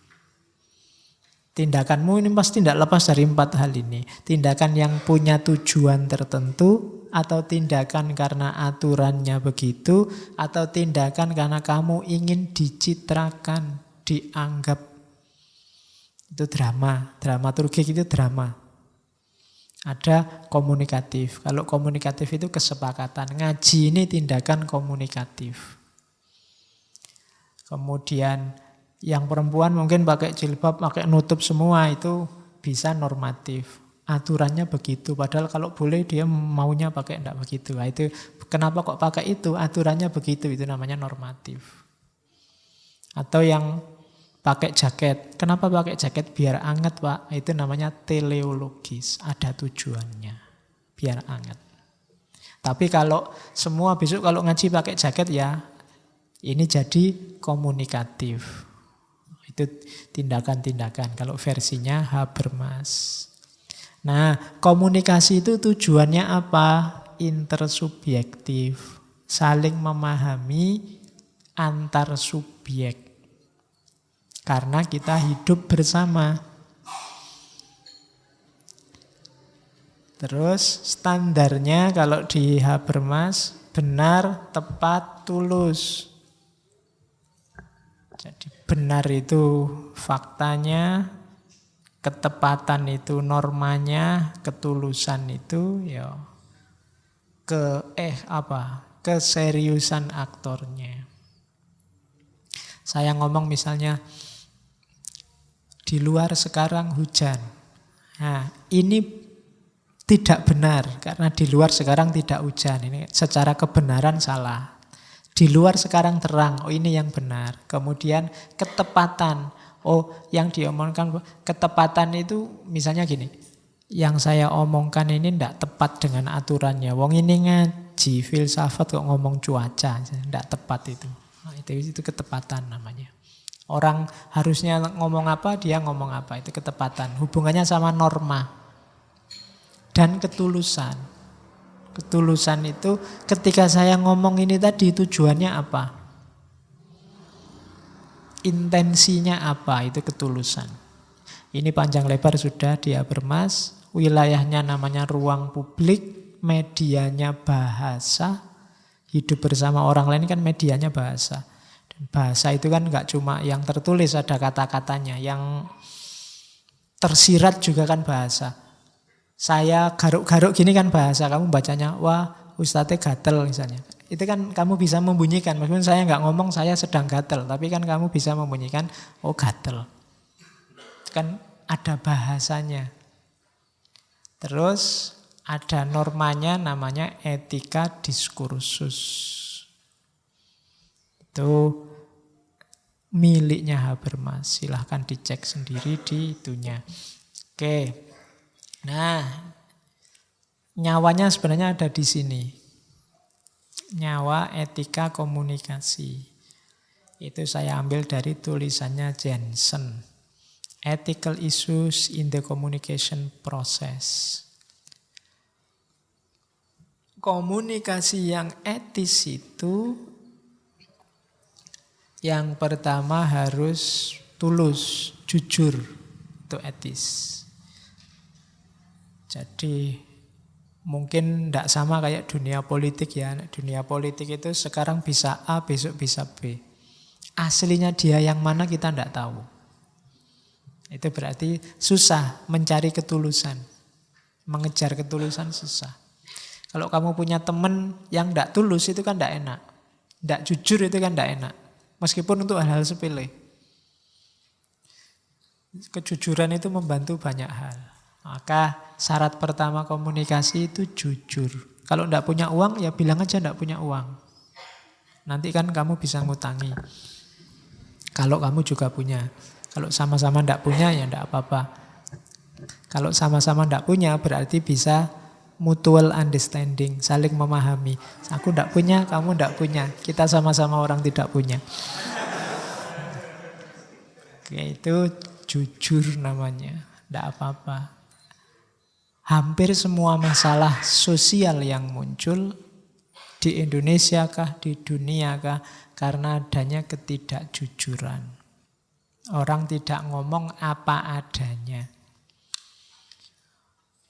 Oke, terus yang kedua ini penting, standar kebenaran. Kenapa harus ada kata-kata standar? Karena komunikasi butuh kebenaran. Biasanya setiap orang punya standar sendiri. Kalau tidak disepakati, tidak ketemu. Itu jadi standarnya apa sekarang? Yang dianggap pas, benar itu yang gimana? Harus disepakati. Nah, itu namanya truth standard. Ngaji ini enaknya sejam atau 2 jam. Atau setengah jam aja lah, jangan lama-lama. Ini kan standar. Harus disepakati. Kalau enggak selesai. Kalau dibiarkan diskusi terus enggak selesai-selesai. Komunikasi butuh standar kebenaran. Yang ketiga butuh ketepatan. Temanya apa, yang diomongkan apa, itu ketepatan. Yang keempat butuh authorship. Authorship itu kita sering pakai pikirannya orang, ya akuilah bahwa itu pikirannya orang. Kita ngambil orang lain, ya diakui saja bahwa itu dari orang lain. Apakah itu komunikasi lisan atau komunikasi tulis? Harus diungkapkan dua-duanya, authorship. Lebih enak begitu. Kamu tak nasihati ya. Kamu jangan begini-begini. Saya ngomong gini nih. Tadi lihat Ustadz di TV. Loh itu kan lebih enak. Lebih jelas mau, maksud, dan konteksnya. Itu authorship. Itu untuk menghindari dramaturgi tadi versinya Habermas. Atau kalau itu tulis, menghindari plagiasi. Kemudian relevan. Relevan itu data dan fakta yang diangkat nyambung. Jangan ad hominem. Ad hominem itu orangnya, aku tidak percaya yang kamu omongkan. Kenapa? Karena kamu jelek sih. Nah itu tidak relevan. Tidak nyambung. Pokoknya bagiku yang kamu omongkan pasti benar. Kamu cakep masalahnya. Nah, itu tidak relevan. Karena benar salahnya kata-kata tidak ada hubungannya sama orangnya. Kalau sama orangnya namanya ad hominem. Itu kesalahan-kesalahan logik. Jadi ya datanya harus relevan. Kalau ngomong filsafat ya data filsafat. Ngomong sosial ya data sosiologi. Ngomong budaya ya data antropologi. Itu namanya relevan. Terus hati-hati konteksnya. Kalau orang ngomong konteksnya harus pas. Kalimat ini diomongkan dalam ruang yang situasinya apa, waktunya bagaimana. Itu harus dipahami. Pak kok ngajinya banyak kata-kata Jawanya? Oh iya sih, itu ngajinya yang ngomong Jawa, yang mendengarkan kebanyakan Jawa, dilaksanakan di Jawa, ya pasti sisipan-sisipannya pakai bahasa Jawa. Itu ruang dan waktunya memang begitu. Tidak usah pakai dituduh, wah ini Jawaisasi, ini Jawanisme. Loh kalau enggak Jawaisasi aku kon ngomong Sunda ya enggak bisa. Suruh ngomong Batak ya enggak bisa. Bisa nih memang Jawa. Kalau mesuh ya pakai bahasa Jawa. Kalau mesuh bahasa Inggris kamu enggak ngerti. Jadi konteksnya memang begitu. Waktunya juga begitu. Kalimat-kalimat yang digunakan waktu sekarang mungkin beda dengan waktu dulu. Harus dipahami itu tahun berapa ngomong begitu. Kalau hari ini kamu ngomong ganyang presiden, turunkan presiden, aman. Tapi dulu tahun-tahun 80-an, wassalam kamu. Berani ngomong begitu. Kalimatnya sama, tapi dari segi ruang dan waktunya, kalau ada orang ngomong ganyang presiden dulu, ini orang pemberani luar biasa. Tapi kalau sekarang, akeh tunggale. Nah, itu kan beda konteks, beda waktu. beda konotasi. Oke, jadi itu harus jelas juga. Kalau tidak begitu ya kadang-kadang orang ngomong konteksnya dibuang. Ini maunya guyonan, apa serius, apa dalam rangka apa kan harus jelas dulu. Kamu lagi ngobrol sama adikmu, ngomongnya kan di level adikmu. Tidak bisa kamu potong begitu saja. Yuk kita terbang yuk, ayo sama adikmu kecil kan. Kalau ada orang lewat, wah sudah gila orang ini, masa? Orang kan tidak bisa terbang, masa terbang? Dia itu ngomongin sama anak kecil. Gitu loh. Konteksnya jangan dibuang. Setiap kata-kata, setiap ekspresi ada konteksnya. Yang sering bikin masalah itu kalau konteksnya kita lepas, apalagi membacanya ndak utuh, dipotong-potong sesuai kepentingan. Itu juga mempengaruhi komunikasi. Yang selanjutnya terbuka. Itu juga gandengannya jujur tadi. Kalau terbuka itu lebih pada sikap mau menerima sumber yang relevan dari manapun, tidak pilih-pilih. Itu namanya terbuka. Kita kan sering milih sumber itu. Jangan baca web itu, jangan baca buku ini, jangan baca, milih, tidak terbuka. Itu sumber konflik pasti dalam komunikasi. Jangan dengarkan suara dia, jangan peduli apa yang dia omongkan, ya sudah. Kalau sudah diskusi kok ngomong, saya nggak mau mendengarkan saudara, ya sudah. Tidak akan jalan komunikasinya. Maka harus terbuka, mudah dimengerti. Nah ini juga penyakit filosof biasanya. Nek ngomong bulet tidak jelas. Harus mudah dimengerti. Karena tidak ada gunanya kamu ngomong capek-capek, yang diajak ngomong tidak ngerti. Komunikasi harus mudah dimengerti. Kemudian masuk akal, itu gandengannya, mudah dimengerti. Terus ada kemanfaatan sosial. Ada gunanya. Kemudian jangan lupa penghargaan, penghormatan, kebaikan. Jadi orang baik yang menghargai, maksudnya itu. Banyak sekarang orang yang kehilangan penghormatan, bukan kehilangan kehormatan ya, kehilangan penghormatan, tidak bisa lagi menghargai orang lain. Pokoknya merasa dirinya sendiri yang benar, bagus. Jadi kehilangan aspek terakhir itu.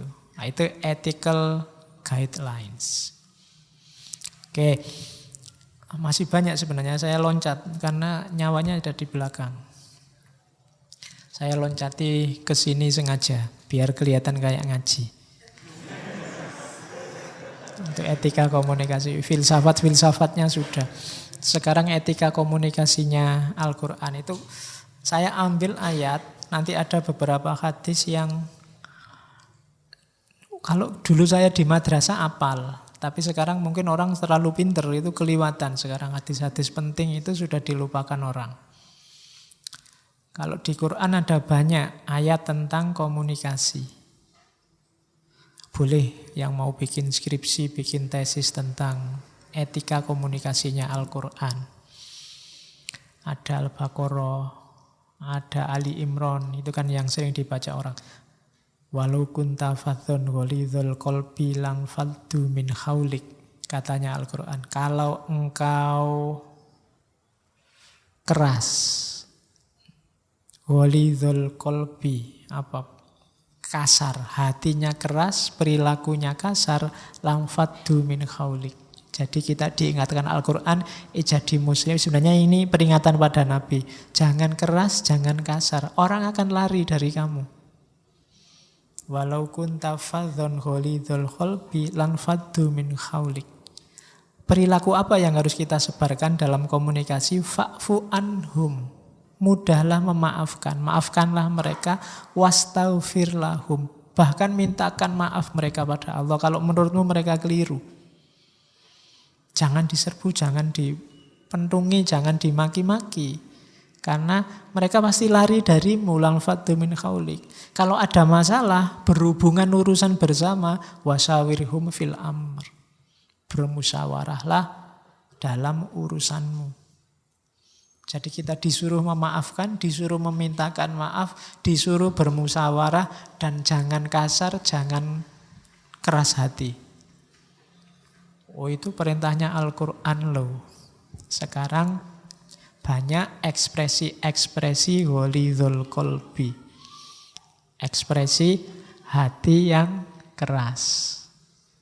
Perilaku yang kasar. Oke, itu tegurannya Al-Quran hari ini. Sering-sering dibaca biar tidak lupa. Maunya Al-Quran apa? Maunya Al-Quran kayak Al-Furqan ayat 63. Wa ibadur rahmani alladzina yamshuna alal ardi haunan. Dan hamba-hamba Allah yang maha penyayang. Karena Tuhan kita ini maha penyayang. Alladzina yamshuna alal ardi haunan. Kita diharapkan jadi hamba yang berjalan di muka bumi dengan rendah hati. Jadi komunikasi yang menyenangkan itu dengan orang yang rendah hati. Wa idza khotabahumul jahilun qalu salama. Kalau ada orang bodoh kok ngomong ndak karu-karuan, ndak jelas, mereka tetap ngomong yang salama, ngomong yang menyelamatkan, ngomong yang damai-damai. Kalau kamu anggap lawan bicaramu itu orang bodoh, ya jangan dimaki-maki, jangan dikerasi, jangan enggak. Tetap berkata-kata yang salama. Nah, itu petunjuknya Quran loh ya. Terus ada lagi katanya Quran, qaulum ma'rufun wa maghfiratun khairum min shadaqatin yatba'uha adza. Jadi kata-kata yang baik dan memaafkan. Dulu kita pernah membahas satu sesi tentang memaafkan itu khairum min shadaqatin yatba'uha adza. Itu lebih baik daripada sedekah tapi diikuti dengan menyakiti, maki-maki. Jadi Al-Quran itu lembut. Saya tidak tahu kok diterjemahkan jadi kasar. Jangankan ngasih. Kamu ngomong yang lembut aja Quran lebih senang. Qaulun ma'rufun wa maghfirah. Memaafkan, ngomong yang baik. Lebih disukai daripada sedekah, ngasih materi, ngasih uang, tapi menyakiti. Entah menyakiti dengan kata-kata atau menyakiti dengan gaya. Menyakiti dengan gaya itu terus kamu posisikan dirimu lebih tinggi karena bisa sedekah pada yang kamu sedekahi. Nah, silahkan diteliti kalimat-kalimat ini. Al-Quran itu menyuruh kita mengembangkan gaya komunikasi 1, 2, 3, 4, 5, 6. Qaulan sadida, qaulan baligho, qaulan ma'rufa, qaulan karima, qaulan layyinan, sama qaulan maisuro. Qaulan sadida itu kata-kata yang lurus, kata-kata yang benar, apa adanya. Kalau dalam Al-Quran itu benar itu kan macam-macam. Ada hak, ada soheh, ada shawab, ada siddiq. Hak ini kasunyatan, kebenaran fakta, kebenaran kenyataan itu hak. Kul qad ja'al haqqu wa zahaqal batil. Kalau soheh itu kebenaran proposisi, kebenaran kalimat. Kalau shawab itu kebenaran target, kebenaran tujuan, kayak teleologis tadi, itu shawab. Kalau yang soheh ini kayak proposisi, kayak tadi saya ngomong, di luar sekarang tidak hujan, itu soheh. Kalau siddiq ini kebenaran orangnya, kayak virtu etik tadi. Itu namanya siddiq, makanya Abu Bakar as-Siddiq. Jadi ada hak, ada soheh, ada shawab, ada, makanya wallahu a'lam bis-shawab. Saya sudah ngomong macam-macam, tapi yang paling pas sesuai tujuan mana Allah yang tahu. Wallahu alam bis-shawab. Dan setelah shawab ada siddiq. Kalau siddiq orangnya. Ini kalau diterjemahkan pakai bahasa Indonesia semuanya artinya benar. Hak itu benar, soheh itu benar, shawab itu benar, siddiq itu benar. Shadaqallahul azim, itu maha benar Allah dengan segala firman-Nya. Itu benar juga. Nah, sadida itu kaulan sadida itu kata-kata yang lurus benar apa adanya. Yang diomongkan yang hak. Ada lagi kaulan baligho. Kaulan baligho itu kata-kata yang membekas. Kata-kata yang menyentuh, yang patos tadi kalau pakai bahasanya Aristoteles, kaulam baligho. Kalau saya ngomong nyampe dan kamu ngerti kemudian terpengaruh, itu kaulam baligho. Ada kaulam ma'rufah. Kalau ma'ruf ini kata-kata yang baik. Jadi yang bermanfaat dan melahirkan perbuatan baik, itu kaulam ma'rufah. Ada kaulan karima. Kaulan karima itu kata-kata yang mulia. Misalnya ada ayat, jangan walatakullahuma ufin wakullahuma kaulan karima. Jangan ngomong uf, ngomonglah dengan orang tua itu yang karima. Kalau bahasa kita mungkin kata-kata yang sopan santun. Jangan kasar, itu kaulan karima. Ada kaulan layinan, kata-kata yang lemah lembut. Kemudian ada kaulah maisuro, kata-kata yang ringan, yang tidak membuat orang sumpek karena susah dipahami. Itu kaulah maisuro. Nah, ini paradigma komunikasi etik versi Al-Quran. Kamu cari sendiri ayatnya. Ada yang di beberapa ayat istilahnya sama. Kaulan sadida, kaulan baligho, kaulan ma'rufa, kaulan karima, kaulan layina, kaulan maisura. Kapan-kapan kita elaborasi lebih panjang, tapi biar kalian tahu dulu, dicek dulu. Jadi Al-Quran itu tidak ada nyuruh kita kata-kata yang keras, kata-kata yang kasar, apalagi kata-kata yang tidak benar. Dan kalau ini kita semua sudah tahu bahwa gerbangnya komunikasi etik kalau dalam Islam itu salam.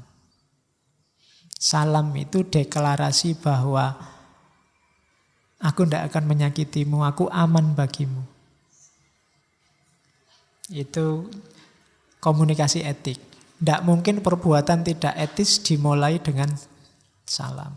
Assalamualaikum, nyuwun sewu, saya mau maki-maki sebentar ya. Ya, jadi salam itu mestinya apik-apik. Jadi yang jelek-jelek tidak mungkin dimulai dengan salam. Jadi jangan khawatir. Jadi itu kalau ini kita sudah ngerti bahwa di antara, makanya Nabi wanti-wanti benar. Kalau kamu ingin damai, afsus salam bainakum, sebarkanlah salam. Ya tentunya salam yang tidak di mulut saja. Kalau kita sudah janji akan mengamankan dengan salam itu ya aman beneran. Orang merasa aman dari mulut kita, aman dari tangan kita. Nah itu salam. Jadi gerbangnya komunikasi etis kalau dalam Al-Quran. Al-Quran juga ada komunikasi yang non-etis. Ceklah Al-Hujurat ayat 11-12, kalau ini populer sekali ayatnya. Layas hor kaumun min kaumin, jangan saling mencela. Asa ayakunu khairam minhum, jangan-jangan yang kamu cela itu di mata Allah lebih bagus daripada kamu yang mencela.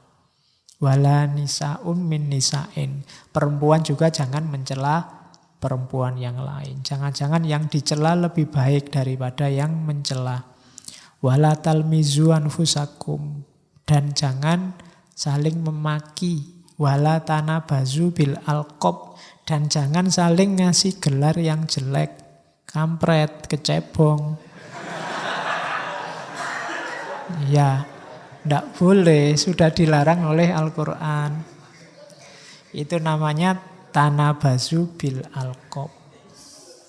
Ngasih gelar-gelar yang jelek. Bi'salismul fusuku ba'dal iman, dan seburuk-buruk sebutan adalah sebutan fasik setelah iman.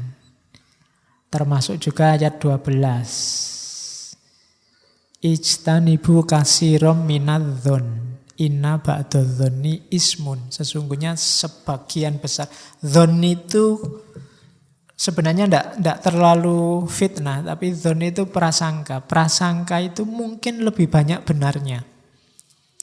Kalau dalam Islam itu ada level iman, di bawah iman ada dhon, di bawah dhon ada syak, di bawah syak ada waham.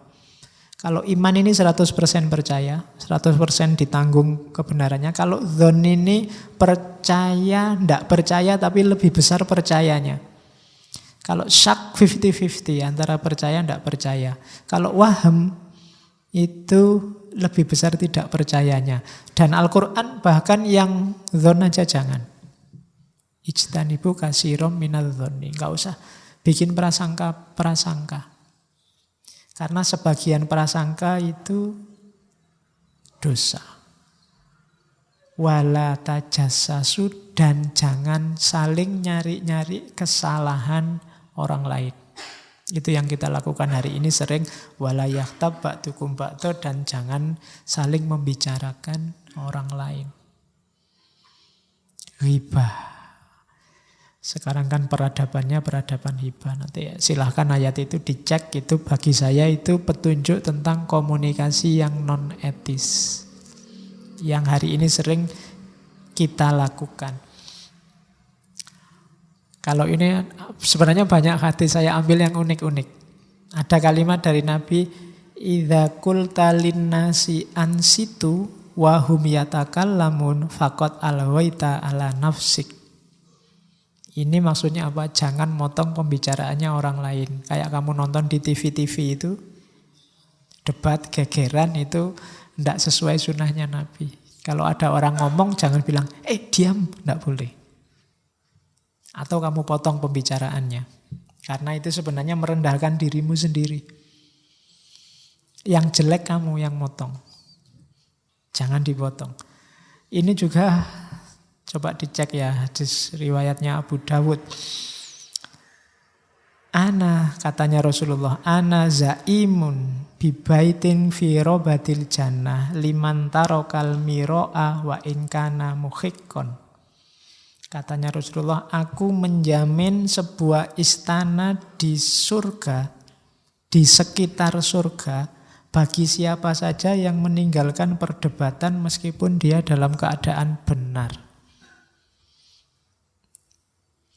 Jadi kamu merasa benar sekalipun mending tidak usah debat, katanya Rasulullah. Karena debat itu sumbernya perpecahan. Kalau dilakukan tidak dengan ahsan dan kita bukan ahlinya. Saya bilang di awal tadi, debat hasilnya tetap kita berbeda.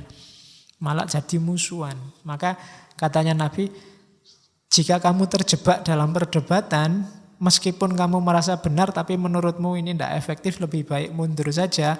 Katanya Nabi, aku menjamin sebuah istana di sekitar surga. Lumayan kan? Ya, ngatasi kita yang kayak gini aja digawe ke istana kan alhamdulillah. Dan selanjutnya wa in kana wa bi baitin fi wasatil jannah liman tarokal kadhiba wa in kana mazihan. Ini rada abot kalau bagi kita. Dan di pertengahan surga yang meninggalkan dusta walaupun dalam keadaan bercanda. Biasanya kita kalau guyon kan sok ngapusi sidik-sidik, yang penting lucu. Nah, tengah-tengah kamu pingin ngelucu dan ngapusi, enggak boleh kayak gini. Kamu dapat surga. Kamu dapat istana di surga. Enggak lucu rapopo, yang penting untuk istana di surga. Daripada ngapusi. Oke. Yunus sudah mau ngapusi wa in kana kadziban, meninggalkan dusta walaupun bercanda. Dan bibaitin fi a'lal jannah liman hasana khuluquhu, dan dapat satu rumah di surga bagi orang yang memperbaiki akhlaknya. Ya puncaknya memang akhlak. Hadis ketiga ini hati-hati, kafa bil mar'i kadziban ayuhaditsa bikulli ma sami'a. Cukuplah seseorang itu disebut bohong kalau dia punya karakter ngomong apapun yang dia dengar. Ini sebenarnya kayak kata-katanya Ki Kegat tadi, males mikir. Dengar apa disampaikan, tidak dicerna benar salahnya. Meskipun mungkin yang diomong itu benar, tapi orang kayak gini sebenarnya pembohong. Kafa bil mar'i kadziban. Jadi dia layak disebut pembohong. Kalau ini Riyadhus Shalihin, silahkan dicek. Inna min ahabbikum ilayya wa aqrabikum minni majlisan yaumul qiyamah ahasinakum ahlakon. Yang paling aku cintai, yang paling dekat denganku di hari kiamat, yang paling bagus akhlaknya. Wa inna abghadakum ilayya wa ab'adakum minni yaumal qiyamah. Yang paling jauh dan paling aku benci di hari kiamat ada 3 orang. Sarsarun, mutasyaddiqun, dan mutafaihikun. Qala ya Rasulullah qad alimna sarsarun wal mutasyaddiqun famal mutafaihikun qala al mutakabbirun. Jadi Rasulullah paling benci dan besok paling jauh dengan Rasulullah di hari kiamat apa? Sarsarun, orang banyak omong, cerewet. Mutasyaddiqun itu orang, nek basa Jawane ndobos. Apa? Ya ndobos. Bohong. Ngomongnya yang penting biar dia kelihatan hebat terus ngomongnya. Itu bohong. Sama mutafaihikun. Kalau ndobos itu bisa informasi macam-macam, tapi kalau mutafaihikun itu ngomong besar untuk menyombongkan dirinya. Itu mutafaihikun. Nah, itu jenis komunikasi yang non etis juga. Oke, kalau ini semua pasti hafal, meskipun jarang yang perhatian sekarang. Jangan sampai kita besok jadi orang yang merugi. Al-muflisu fina.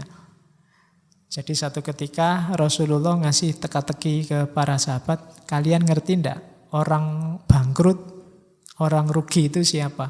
Jawabannya para sahabat, ya yang enggak punya duit. La mata'a wala dirhama. Katanya Rasulullah, enggak. Orang bangkrut itu besok di hari kiamat dia dihisab, amalan ibadahnya luar biasa, yo sholat, yo puasa, yo sedekah terbaik, yo zakat, yo macam-macam. Tapi terus dia wayati qad syatama hadza wa qadhafa hadza wa akala mala hadza wa safaka dama hadza wa daraba hadza. Wa qad syatama hadza itu mencaci maki, pernah mencaci maki orang. Qadhafahada, memfitnah orang, nuduh orang tanpa bukti. Wa akala malahada, korupsi besar apa kecil. Wa safaka damahada, mengalirkan darah, membunuh orang, entah fisiknya, entah karakternya. Wa dorobahada, menyakiti orang lain. Ini mesti rugi besok di akhirat. Kenapa? Karena kebaikannya akan diambil untuk yang dia sakiti. Kalau kebaikannya habis, dosa yang dia sakiti dikasih pada dirinya. Maka akhirnya meskipun dia tiap malam tahajud, meskipun amal ibadahnya banyak, jadinya bangkrut, rugi. Ini dulu saya hafalkan zaman di madrasah. Ingat lagi sekarang karena kelihatannya relevan hari ini. Sekarang banyak yang syatamahada, banyak orang maki-maki. Banyak orang yang qadhafahada, nuduh memfitnah. Banyak orang yang akalamala, korupsi, entah besar entah kecil. Jangan dikira kalau saya ngomong korupsi hanya para pejabat. Jangan-jangan kalian juga kecil-kecil, sedikit-sedikit juga pernah korupsi. Entah kalian sadar apa enggak. Mungkin kamu ngangkring, gorengannya papat, ngomong telu. Loh, itu lah korupsi. Besok pahalamu dikasihkan tukang angkringan. Ya, jadi acaranya itu. Apalagi yang safakadama. Safakadama itu mengalirkan darah, artinya membunuh. Tapi hari ini membunuh itu kan tidak cuma fisik. Ada orang yang dibunuh karakternya, dijelek-jelekan. Itu bagi saya wasafakadama juga. Wadoroba ada, doroba itu mukul, menyakiti. Siapapun yang kamu sakiti besok ada balasannya. Maka hati-hati dalam berkomunikasi, berinteraksi dengan orang lain. Kalau kamu memang tidak perlu, mending diam. Falyakul khairon auliyasmut, ngomong sing apik-apik atau diam. Karena saya sudah terlalu banyak ngomong, sudah saatnya sekarang saya diam. Sudah jam 10. Oke, saya kira itu sebenarnya untuk mengantarkan ke dunia komunikasi yang lebih detail di minggu-minggu yang akan datang. Harus saya awali dari etiknya dulu, karena yang lebih penting etiknya. Minggu depan kita ketemu dengan problem besar manusia postmodern, yaitu ekstase komunikasi. Oke, saya akhiri sekian, kurang lebihnya mohon maaf. Ketemu lagi minggu depan insya Allah. Wallahul muwafiq, wallahu a'lam bissawab. Wassalamualaikum warahmatullahi wabarakatuh.